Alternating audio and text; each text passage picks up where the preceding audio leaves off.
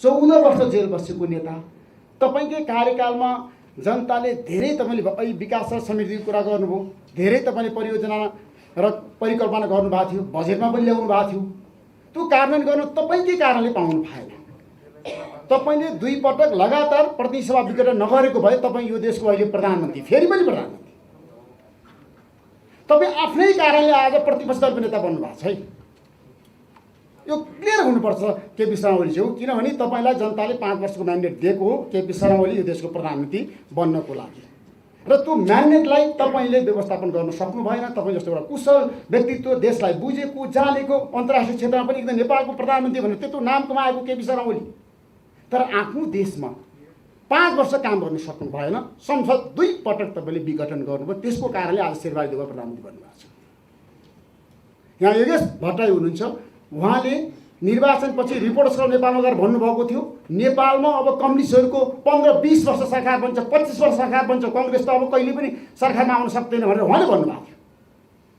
र कसैले पनि अहिले शेरबहादुर देउवा यो देशमा प्रधानमन्त्री हुन्छ भनेर कल्पनै गरेका थिएन, तर तपाईँको कारणले गर्दाखेरि उहाँ प्रधानमन्त्री बन्नुभयो।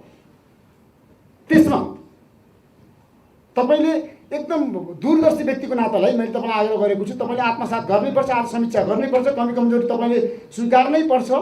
किनभने नेपालमा आज जसरी पार्लियामेन्ट अहिले संसद ऐनको बन्दी भएको छ नि, ठिक छ तपाईँले त्यतिखेर संसद चलाउन सक्नु भएन, संसद चल्दैन भनेर विघटन गर्नुभयो, ताजा जनादेशमा जानुपर्छ भनेर जानुभयो, अदालतले तपाईँलाई ब्रेक लगायो, अदालतले तपाईँको कुरालाई असंवैधानिक भन्यो, फेरि पनि अहिले तपाईँ पार्लियामेन्टमा हुनुहुन्छ, संसदमा हुनुहुन्छ। एउटा प्रश्न माधव नेपालले मलाई के गर्नुभएको छ भन्दाखेरि केपी शर्मा ओलीले चाहिँ यो संसदमा भित्र बसेर, सिटमा बसेर यो संसदको चाहिँ गरिमा र प्रतिष्ठा जुन छ संसदीय व्यवस्थाको, उहाँले विघटन गरेको संसदमा उहाँ आफै आउने, अनि हामीलाई कारबाही गर्यो भनेर किन भन्ने उहाँको प्रश्न छ। आज म तपाईँलाई प्रश्न गर्न चाहन्छु, तपाईँले विघटन गरेको संसदमा तपाईँ प्रतिपक्ष दलको नेता हुनुहुन्छ, संसद सुचारू हुन सकेका छैन, एमाले आफूले गरिरहेको छ। तपाईँले इतिहासलाई हेर्नु भएको छ, 57 दिन गिरिजाप्रसाद कोइराला प्रधानमन्त्री हुँदाखेरि एमाले नै संसद विरुद्ध गरे हो। अब यो परम्परालाई निरन्तरता केपी शर्मा ओलीले दिनुहुन्छ, तपाईँ त्यतिखेर प्रतिपक्ष दलको नेता हुनुहुन्थेन। आज म जनता जान्न चाहन्छु, तपाईँको मुखबाट सुन्न चाहन्छु, तपाईँ जस्तो एउटा डेमोक्रेट लिडर केपी शर्मा ओली यो संसद विरुद्ध कतिन्जेल गर्नुहुन्छ? एकदम तपाईँको बटम लाइन क्लियर कट आउनुपर्छ। आज यो संसदमा ठिक छ अध्यादेश आएको छ, त्यो गलत काम हो, प्रधानमन्त्री गलत काम गर्नुभएको छ, अध्यादेशलाई शासन गर्न पाइँदैन, हामी बोल्छौँ लेख्छौँ, तर आज तपाईँले खुलास्त पारिदिनु संसद अब कहिलेबाट सुचारू हुन्छ, पहिलो कुरा। दोस्रो कुरा एमसिसीको बारेमा केपी शर्मा ओलीज्यू जाँदै किनभने तपाईँले भन्नुभएको थियो त्यहाँ पार्लियामेन्टमा एमसिसी ल्याऊ, यदि पार्लियामेन्टमा एमसिसी आयो भने शेरबहादुरद्वारा तपाईँको बिचमा एउटा केमिस्ट्री मिल्यो भने फेरि पनि तपाईँलाई थाहा छ 2054 सालमा तपाईँले हेर्नु भएको छ नि त, वामदेव गौतम सरकार हुनुहुन्थ्यो, वामदेव गौतम बाहिरिनु भयो, तपाईँलाई सरकार लिएर के अरे त्यतिखेर केपी शर्मा ओली माधव नेपाललाई लिएर गिरिजाप्रसाद कोइरालाले सरकार बनाउनु भयो, चुनावमा जानुभयो। अहिले शेरबहादुर देउवाले फेरि एमसी पारित गर्न सक्नु भएन र तपाईँको साथ चाहियो पारित गराउनको लागि भनेर प्रस्ताव ल्याउनु भयो भने तपाईँ शेरबहादुर देउवासँग सहकार्य गरेर एमसी पारित गराएर निर्वाचनमा जान तयार हुन्छ हुन्न? अर्ली इलेक्सनको पक्षमा एमाले हो केपी शर्मा ओली दल विभाजन गर्न भनेर कुदिया छन्। कति प्रतिशत? 20%, 30%, 25% यहाँहरूले दिनुभएको छ। यति प्रतिशत भनिकन तौलिकन यतिजना पुग्यो यतिजना पुगेन भनिकन यसरी कानुन निर्माण गरिँदैन, यसरी अध्यादेश ल्याइँदैन, मध्यरातमा बन्द गरेर ल्याइँदैन। यो कुरा के भने रातको कुरा, मध्यरातको कुरा भनेको मध्यरातसँग सरकार होइन, मध्यरातमा अधिवेशन अन्त्य गर्ने हठात र भोलिपल्ट बिहानै जारी गर्ने कुरा जुन हो अध्यादेश, यो चाहिँ कपटपूर्ण भयो, यो दूषित मनसाय भयो भन्ने प्रश्न मात्रै हो।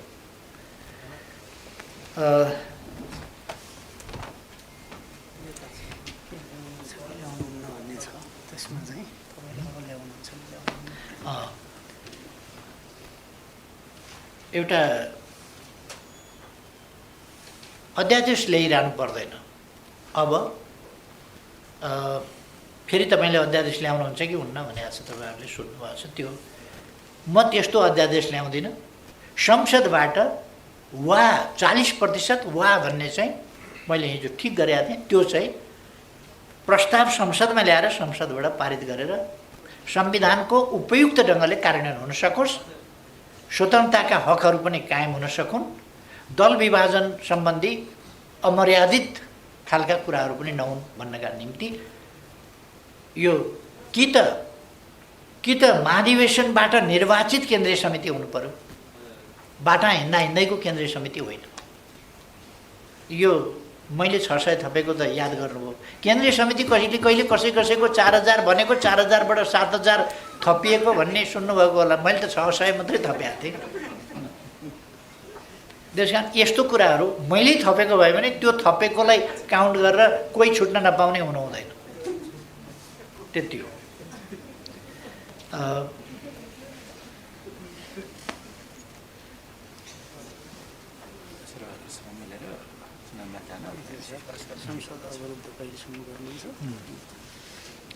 अर्को चाहिँ शेरबहादुरजीसँग मिलेर अर्ली इलेक्सनमा जाने कि नजाने भनेर भन्नुभएको छ। यो चलेन। यो प्रतिनिधि सभा संसद चलिरहेको छैन। निर्वाचन आवश्यक छ, ताजा जनादेश आवश्यक छ। म अहिले पनि भन्छु ताजा जनादेश आवश्यक छ। मिल्नै पर्दैन, उहाँहरूले गराए हुन्छ, उहाँहरूले गराए हुन्छ। गठबन्धन छँदैछ, मिलेर लड्छौँ भन्नै भएको छ। अब योभन्दा बढी के आउँछ त? कहाँबाट? अरू गठबन्धन त थपिने होइन होला। यो गठबन्धनले चुनाव गरायो नि त। तर 2.5 महिनासम्म सरकार बन्दैन। यस्तो अकर्मण्य स्थितिमा, कुनै काम हुँदैन, यस्तो अकर्मण्य स्थितिमा ताजा जनादेशका लागि जानु, मैले गराउँदा मात्रै होइन, अरूले गराउँदा पनि देशको बहुमूल्य समय बर्बाद गरेर बस्नु हुँदैन। ताजा जनादेशमा गएर देशलाई गतिशील बनाउनुपर्छ। मेरो धारणा त्यो हो। अर्को चाहिँ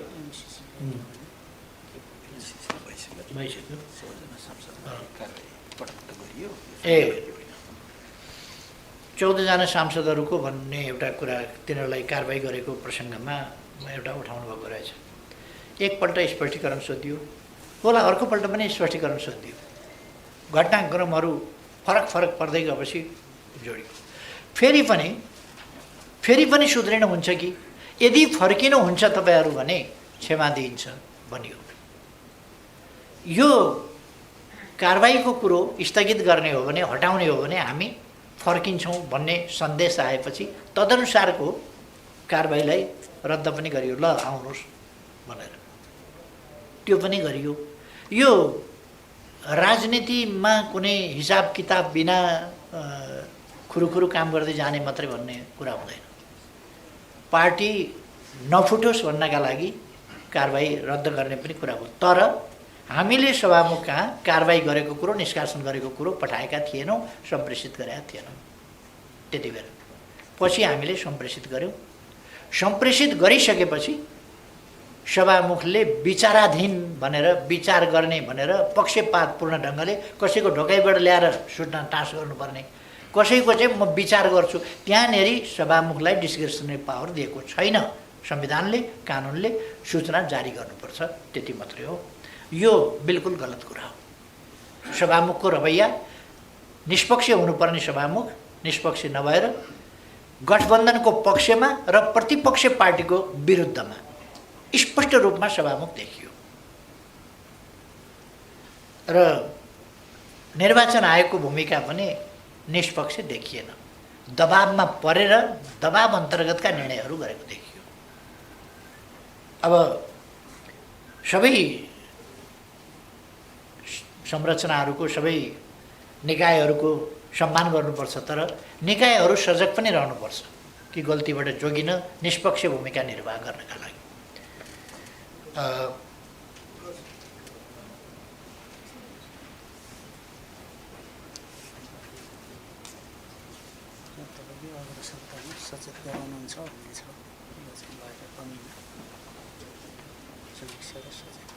एउटा चाहिँ 2 पाइलटले कुरा, के अरे प्लेन चलाउने कुरा, त्यसमा चाहिँ प्लेन चाहिँ जेट चाहिँ 2टै पाइलटले चलाउँछन्, त्यो ठिक हो, राम्रै चल्या देखिन्छ। पार्टी चाहिँ हुने रहन्छ,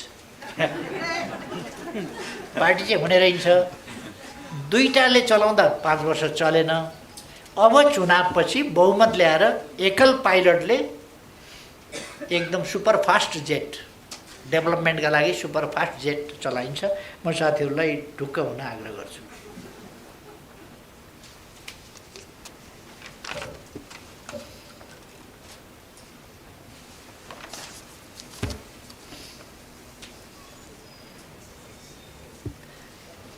एउटा यो कालो धनलाई स्रोत नखोजिने मैले भन्नु पर्ला जस्तो लाग्दैन। कसको लगानीलाई स्रोत नखोजिने हो भन्ने पत्रकार साथीहरूलाई, सम्पादक मित्रहरूलाई थाहा छ। कसको लगानीको स्रोत नखोज्न खोजिएको हो त्यो पनि यहाँहरूलाई थाहा छ। त्यसो भएर मैले यसमा धेरै केही भनिरहनु पर्ला जस्तो लाग्दैन। तर हामी मनी लाउन्ड्रिङ सम्बन्धी यो मनी लाउन्ड्रिङ विरुद्धको अनुबन्धको एउटा पक्ष हो र हामीले अनुचित ढङ्गको आर्जन, कालो धनलाई सेतो बनाउन नदिने भनेर प्रतिबद्धता जनाएका छौँ इन्टरनेसनल पनि। र हामी अस्वच्छ खालका आर्थिक गतिविधि इन्टरनेसनल रूपमा पनि जो विभिन्न प्रकारका अवांछित क्रियाकलाप र क्राइम जन्य कुराहरूबाट आर्जित गरिएको हुन्छ, त्यस्तो या त करप्सन होस् अथवा अरू प्रकारका हुन्, ड्रग हुन्, अरू प्रकारका हुन्, त्यस्ताबाट आर्जित सम्पत्तिहरूलाई सेतो गराउन पाइँदैन अथवा नक्कली ढङ्गले त्यसको लाउन्ड्रिङ, त्यसको धुलाइ गर्न पाइँदैन भन्ने जुन कुरा छ त्यो हामी पक्ष राष्ट्र पनि हौँ र हामी त्यसमा प्रतिबद्ध पनि छौँ। अहिले जुन कुरा आयो कि जस्तोसुकै भए पनि लगानी गर्न पाइने भनेपछि यो यसले नेपालको एउटा मनसाय, अहिलेको सरकारको मनसाय खतरनाक देखियो।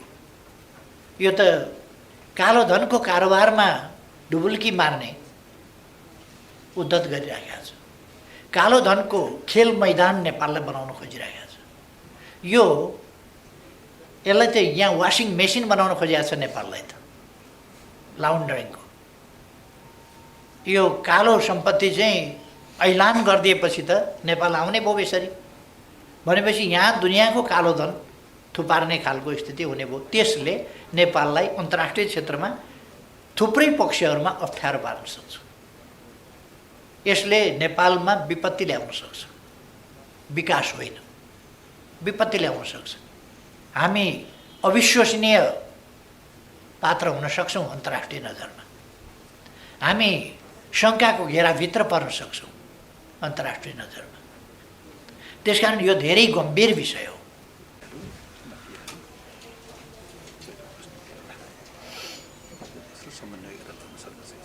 राजनीति विकृत भएर गइरहेको छ भन्ने कुरा साँचो हो।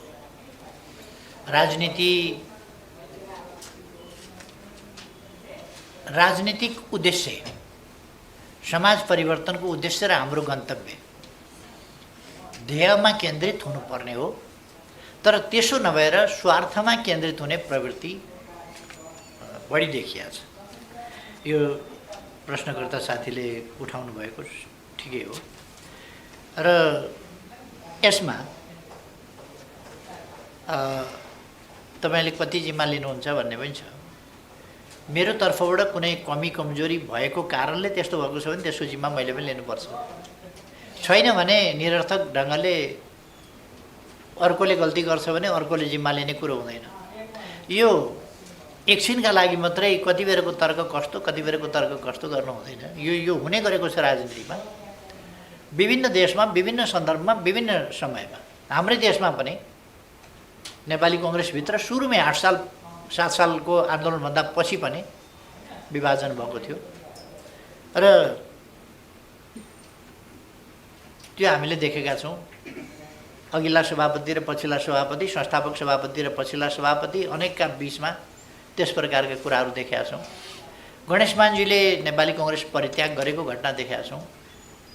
कृष्णप्रसाद भट्टराईजीले नेपाली काङ्ग्रेस परित्याग गरेको घोषणा गरेको कुरा देखेका छौँ। यस्ता कुराहरू राजनीतिमा हुँदा रहेछन् जो नहुनु पर्थ्यो।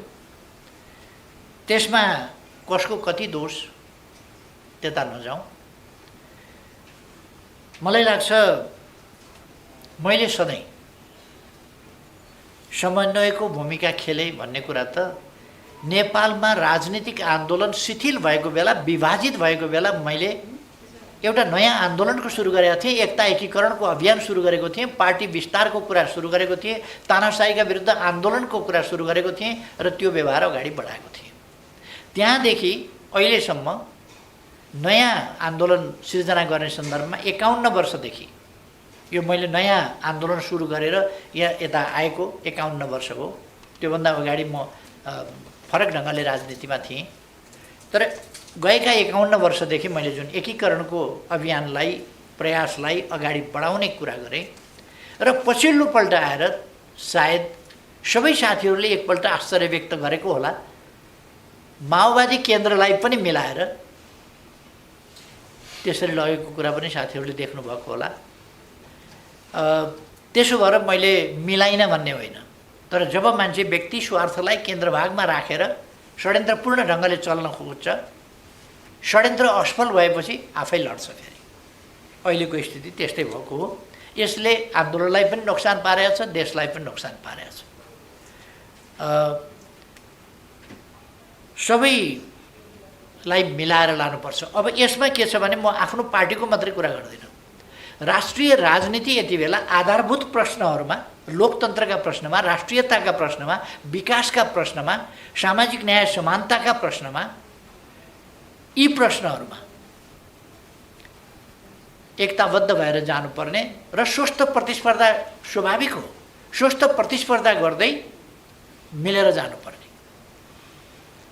तर त्यो ठाउँमा अहिले परस्परमा द्वेष, घृणा विस्तार गर्ने, फैलाउने, सामान्य ढङ्गले मैले त सरकार चलाइराखेको थिएँ, पार्टी चलाइराखेको थिएँ, त्यस्तो स्थितिमा एउटा पार्टीभित्रै गडबडी सुरु गर्ने, आरोपित लान्छना आदि इत्यादि गर्ने, त्यस्ता खालका कुराहरू सुरु गरेर अस्वस्थता सुरु गर्ने र देशलाई नै एउटा अकर्मण्यताको स्थितिमा पुर्याउने, संसदलाई केही गर्न नदिने स्थितिमा पुर्याउने, सरकारलाई चल्न नदिने स्थितिमा पुर्याउने भनेपछि बहुमत पार्टी उही पार्टी छ, अर्को वैकल्पिक सरकारको कुनै ठाउँ छैन, बहुमतवाला पार्टीमै त्यो भएपछि सरकार चल्ने पनि कुरा भएन, संसद चल्ने पनि कुरा भएन राम्ररी। त्यस स्थितिमा ताजा जनादेशमा जानु आवश्यक थियो। त्यस न्यूलाई प्रति गामीदेखि लिएर अनेक चिजका, अब धेरै मान्छे पनि त्यसका पछाडि कुदेको देखियो। भ्रम पर्नु स्वाभाविक हो, भ्रम पर्या हो र मिलाउन नखोजिएको होइन, मिलाउन खोजिएको हो, तर मिल्ने कुरालाई अस्वीकार गरेर विभाजनतिर गएको स्थिति। फेरि पनि मलाई के लाग्छ भने मैले पार्लियामेन्टको रोस्टमबाट पनि धेरैपल्ट भनेको छु, आजको राजनीति, आजको देशको अवस्था विभाजनतिर, वैमनस्यतातिर, तनावतिर जाने होइन। स्वस्थ प्रतिस्पर्धा गरौँ, तर एउटा परिधिभित्र रहेर, प्रणालीको परिधिभित्र रहेर, त्यसलाई नोक्सान नपर्ने गरी, संविधानलाई नोक्सान नपर्ने गरी प्रतिस्पर्धा गरौँ र आधारभूत प्रश्नहरूमा एकजुट भएर जाउँ भन्ने मेरो कुरा हो र अहिले पनि म त्यस कुरामा प्रयासरत छु।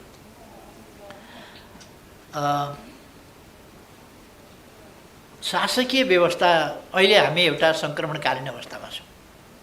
विश्वव्यापी रूपमै यस प्रकारका प्रवृत्तिहरू कमबेस देखिन्छन्। हाम्रो देशमा अलिकति बढ्दै भ्रष्ट प्रवृत्ति, कमिसनखोरी प्रवृत्ति, अनेक प्रकारका पेठिक प्रवृत्तिहरू निकै जब्बर देखिएका छन्। त्यसको सबभन्दा पछिल्लो उदाहरण त अब जस्तोसुकै धन भए पनि लगानी गरेपछि त्यो लगानीलाई चाहिँ नखोज्ने भन्ने कुराको रूपमा पनि प्रकट भएको छ। यस्ता अरू कुराहरू पनि प्रकट भएका छन् जो अहिले म त्यति धेरै जान चाहन्न।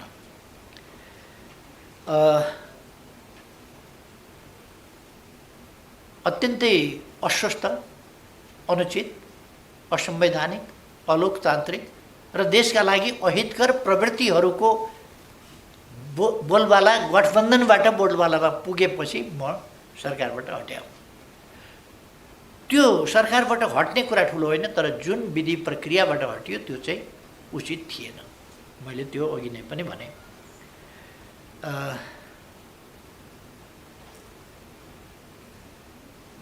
एकजना चेलीले मुहार फेरिएन नि भन्ने कुरा गर्नु हो। म दावा साथ भन्छु, अहिलेसम्मका सरकारका कामहरूमा म प्रधानमन्त्री भएर सञ्चालन गर्दाको अवधि हेरियोस्, विकासका कामहरूको गति हेरियोस् र समाजलाई ठिक दिशामा तीव्र गतिले अगाडि बढाउने प्रयासहरूमा कसरी केन्द्रित भइयो त्यो कुरा हेरियोस् र विभिन्न प्रतिकूलताहरूसँग जुधेर कसरी अगाडि लगियो, राष्ट्रिय गौरवलाई कसरी अगाडि बढाइयो, स्वाभिमानलाई कसरी अगाडि बढाइयो, भौगोलिक अखण्डतालाई कसरी अगाडि बढाइयो, स्वाधीनतालाई कसरी अगाडि बढाइयो, स्वतन्त्र हैसियतलाई कसरी अगाडि बढाइयो र देशको विकासका कामलाई कुन रफ्तारमा तीव्रता दियो, यो कुरालाई हेर्नुपर्छ, अनुहार हेर्ने होइन। अब तपाईँलाई मेरो अनुहार मन नपर्या हो र? मन नपर्नुपर्ने कुनै कारण त मलाई लाग्दैन। त्यसकारण अनुहारको प्रश्न होइन, प्रश्न कामको। अहिलेको सरकार चाहिँ उपयुक्त छैन भनेको शेरबहादुरजीको अनुहार राम्रो लागेन भने होइन, बडो ह्यान्डसम हुनुहुन्छ, अनुहारको कुरा होइन। तर अनुहार फेरिने नफेरिने त म पछि शेरबहादुर फेरिनु हो नि त। पहिले पनि त यो बिचमा थुप्रो अनुहार फेरिएका छन् नि त। तर अनुहार फेरिने कुरा होइन, कहिले कहिले राम्रै अनुहार पनि फेरिदिन्छन्। जस्तो यसभन्दा अगाडिको अनुहार फेरियो नि प्रधानमन्त्रीबाट, त्यो बेठिक भयो क्या। त्यो ढङ्गले हामीले कामसँग हेरेर जानुपर्छ भन्ने लाग्छ। सामाजिक स्थिति कहाँनेरि छ भने यत्रो बिघ्न जमघट भयो सम्पादक साथीहरूको, 3टी जसो मात्रै महिला साथीहरू देखिनुभयो सम्पादकमा। यो त राजनीतिमा मात्रै होइन रहेछ कि क्या हो?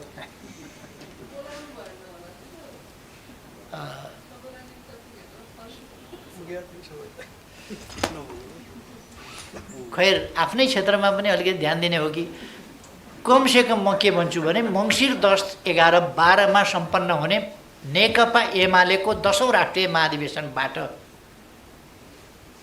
हाम्रो पार्टीको केन्द्रीय कमिटीमा 33% महिलाहरूको उपस्थिति हुनेछ। नोट गरेर राख्नुहोस्, नोट गरेर। त्यसपछि मैले गर्ने पत्रकार सम्मेलनमा महिलाहरूको उपस्थिति 1/3 हुन्छ कि हुँदैन म हेर्छु। सचेत समुदायले सङ्घर्ष गर्नु पर्यो यसका लागि। म त आफ्नो ठाउँमा गर्दैछु। अब पत्रकारमा मैले नियुक्त गर्न जाने कुरा भएन सम्पादक। राजनीतिक पार्टीमा चाहिँ 33% म पुर्याउँछु। सही कुरा गर्नु। केन्द्रीय कमिटीमा भन्दैछु, प्रचार विभागको मात्रै होइन, केन्द्रीय नेतृत्वमा केन्द्रीय कमिटीमा 33% महिलाको उपस्थिति महाधिवेशनबाट हुन्छ। अहिले मनोनित गर्ने कुरा भएन। त्यसको प्रबन्ध अहिलेदेखि वैधानिक व्यवस्था गरेरै जान्छु म भन्ने कुरा स्पष्ट गर्न चाहन्छु। हामीले इनइक्वालिटीलाई कम गर्ने सम्बन्धमा र इक्वालिटी बढाउने सम्बन्धमा थुप्रै काम गरेका छौँ। जननिर्वाचित स्थितिमा जननिर्वाचितको कुरा गर्ने हो भने जनप्रतिनिधिको क्षेत्रमा हामीले 41% निर्वाचित जनप्रतिनिधि चाहिँ महिला पुर्याएका छौँ अहिले। त्यो हामी इन्टरनेसनल तहमै गर्व गर्न सक्ने कुरा हो। त्यो तहमा केही देशहरू मात्रै छन् विश्वका, आम रूपमा छैनन्, जहाँ नेपाल हामीले पुर्याएका छौँ। त्यसकारण यी एचिभमेन्टहरू नभएका होइनन्, अरू ठाउँहरूमा पनि एचिभमेन्ट पुर्याउँदै जान्छौँ हामी।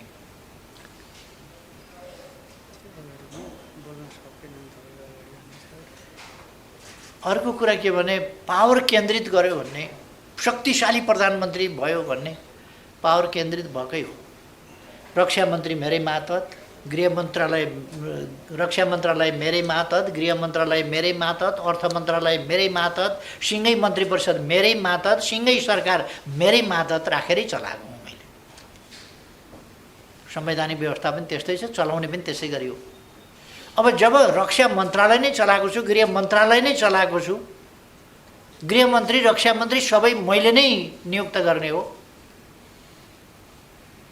अनि त्यहाँ एउटा सचिवले चलाउने ठाउँ, एउटा एमडीले चलाउने ठाउँमा मैले हेरेँ, अनि त्यहाँ चाहिँ बडा पावर आयो भन्ने कस्तो परिभाषा हो त्यो?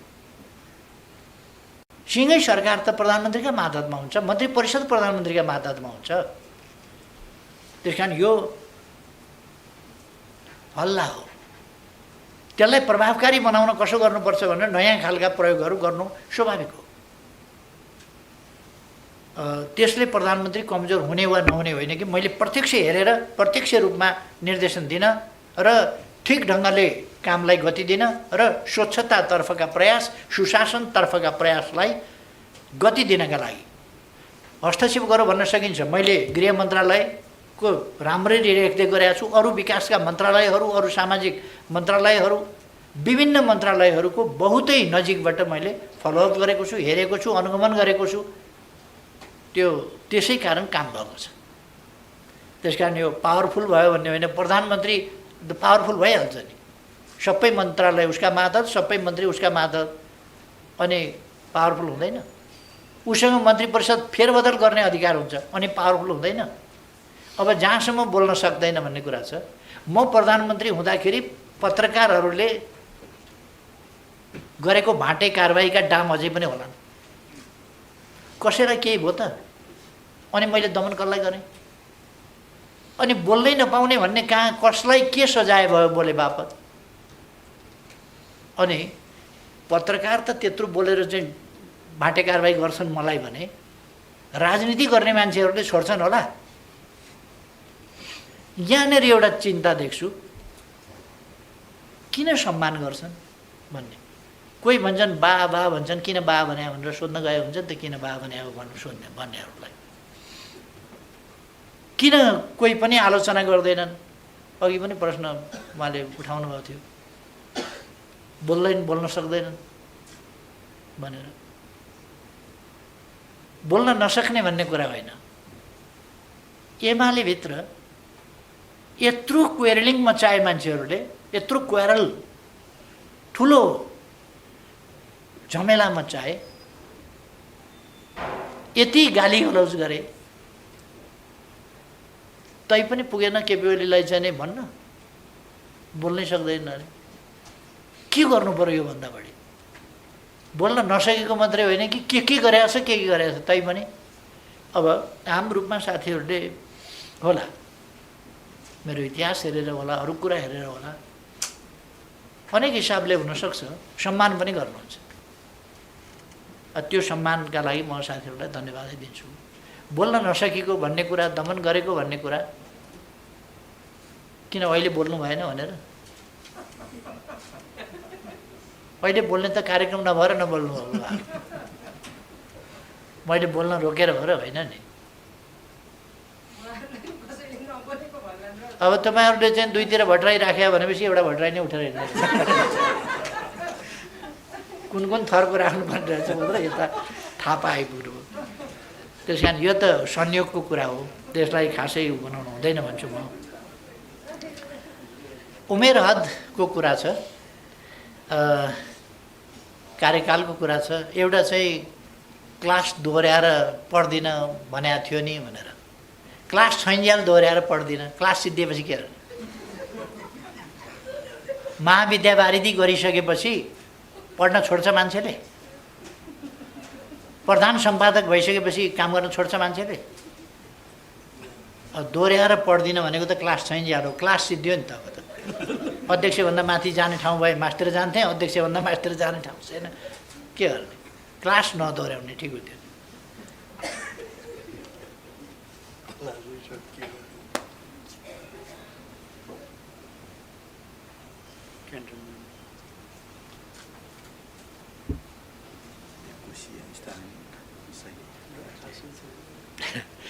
एमाले एक कोशीय हुन खोजिया हो कि अथवा एक मना बनाउन खोजिया हो कि भनेर?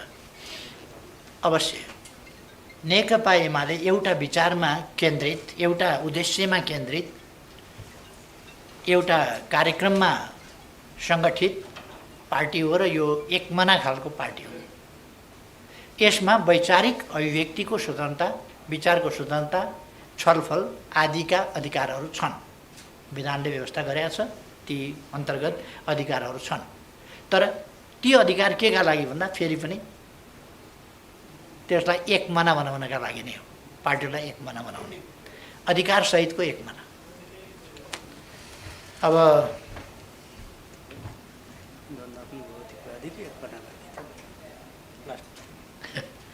यो द्वन्द्वात्मक भौतिकवाद र एक मना पार्टी एउटै कुरा।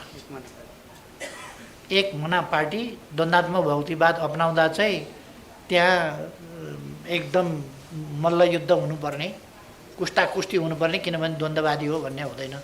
मिलेर जानुपर्छ, एकता बनाउनुपर्छ। त्यो त्यसकारण यो द्वन्द्ववाद र एकता, पार्टी एकता फरक कुरा होइन। एउटा चाहिँ सोध्नुभएको छ, अब प्रतिपक्षमा आउनुभयो, जबज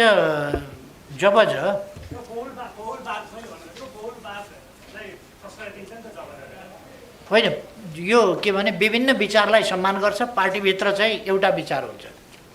जबज मान्नेहरू एमालेमा हुन्छन्, एउटा विचार मान्ने, जबज नमान्नेहरू आफ्ना आफ्ना विचार समूहमा हुन्छन्। त्यो अरू विचार समूहलाई पनि हामी सम्मान गर्छौँ, अरूलाई पनि स्वीकार्छौँ। तर अर्कोतिर जाने छ भने सहयात्रा, बनारस जाने मान्छेलाई कुतीतिर जाने मान्छेले सहयात्रा, कुतीतिर जाने हिँड्ने लासातिर जानु छ भने बनारस के अरे बनारस जानु छ भने कुतीतिर हिँडेको मान्छेलाई, लासातिर हिँडेको मान्छेलाई एकछिन सहयात्रा गरौँ भन्ने केही अर्थ हुँदैन। त्यसकारण हामी बहुलवादमा विश्वास गर्छौँ, विचारको विविधतामा विश्वास गर्छौँ, वैचारिक स्वतन्त्रतामा विश्वास गर्छौँ, विचारहरूको प्रतिस्पर्धामा विश्वास गर्छौँ र विचारहरू एकत्रित हुँदाखेरि चाहिँ एउटै विचारमा समाहित हुने कुरामा पनि विश्वास गर्छौँ।